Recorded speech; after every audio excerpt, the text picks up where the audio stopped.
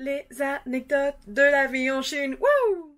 Bonjour et bienvenue sur la chaîne Certaine Elle. Aujourd'hui, on se retrouve pour une nouvelle vidéo et la dernière petite anecdote de l'été. Si vous n'avez pas encore vu les 3 premières vidéos des anecdotes de l'été de la vie en Chine, je vous invite à cliquer là-haut sur la playlist.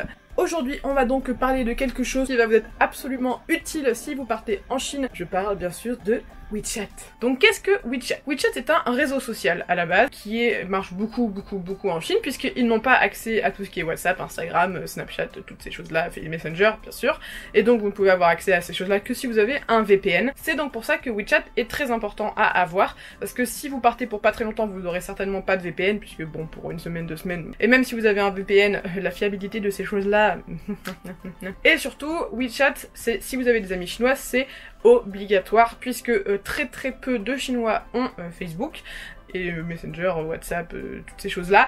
Donc si vous avez pas mal d'amis chinois, il va vous falloir avoir WeChat. Ce qui est particulier avec WeChat et qui le fait que ça ressemble plus à Alipay, c'est que vous allez avoir accès à plein de sites qui sont liés en fait, mais vous payez pas par WeChat. C'est par exemple le cas pour acheter des billets de train, je crois qu'on peut aussi acheter des vêtements, de la cosmétique, mais surtout les places de cinéma qui sont beaucoup moins chères, comme je vous disais dans la vidéo sur comment aller au cinéma en Chine, que vous pourrez juste là-haut. Et ça vous sert aussi à payer votre facture téléphonique, donc tous les mois vous pouvez rajouter de l'argent en passant directement par WeChat pour payer votre forfait téléphonique. Voilà. Mais encore plus que ça, ce qui est assez révolutionnaire, c'est qu'en gros donc WeChat c'est un véritable porte-monnaie virtuel, dans le sens où à partir du moment où vous connectez votre compte, donc maintenant je crois qu'on peut connecter des Visa, des Mastercard, mais à l'époque où j'étais partie c'était que des Continua, donc il fallait faire un Continua, enfin je vous recommande quand même de faire un Continua, mais bon bref. Donc à partir du moment où vous connectez votre compte à WeChat, vous pouvez avoir un porte-monnaie, en gros vous pouvez prendre de l'argent de votre compte et le mettre sur le porte-monnaie WeChat, ou vous pouvez directement payer avec WeChat qui va prendre directement sur votre compte. Ça veut dire quoi? Ça veut dire que vous allez pouvoir payer à peu près tout avec votre téléphone.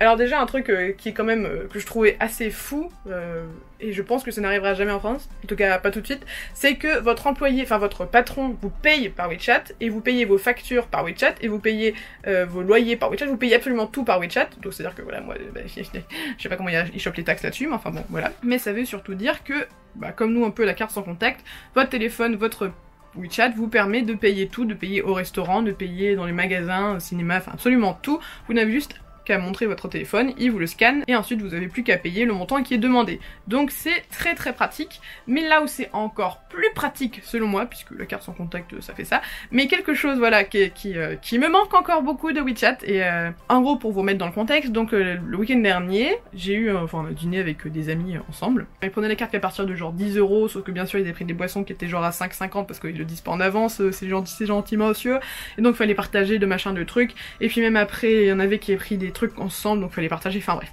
Vous connaissez les bails, hein, quand on doit partager après le prix et qu'on est genre à plus de 3, ça devient la galère très rapidement. Comment ça se passe en Chine avec WeChat? En gros, une personne paye le restaurant par exemple, et ensuite chaque personne paye la quantité qu'il doit payer directement à l'instant à celui qui vient de payer. Voilà. C'est extraordinaire, non? Alors je sais qu'il existe maintenant de plus en plus d'applications qui font un peu ça en France, mais l'efficacité et la simplicité de WeChat est quand même encore difficile à dépasser en France. J'ai pas encore trouvé d'application équivalente. Bon après je pense que c'est aussi parce qu'en France on a ce côté plus sécuritaire, on sécurise plus l'argent qui passe par notre carte et tout ça, donc bref voilà, c'était une petite vidéo sur WeChat, puisque finalement c'est quand même quelque chose de très important en Chine, mais une vidéo complète... Voilà. En tous les cas, c'est la fin de cette petite vidéo. J'espère qu'elle vous a plu et qu'elle vous a appris des choses sur le fonctionnement de WeChat. Si vous avez des choses à ajouter, n'hésitez pas bien sûr à les mettre en commentaire. Je suis toujours contente de les lire et je réponds à tout le monde. N'hésitez pas également à liker, à vous abonner, à partager. Et puis nous, on se retrouve vendredi dans 2 semaines pour une nouvelle vidéo. Normalement un retour à un format habituel. Et puis voilà, prenez bien soin de vous. Zaijian!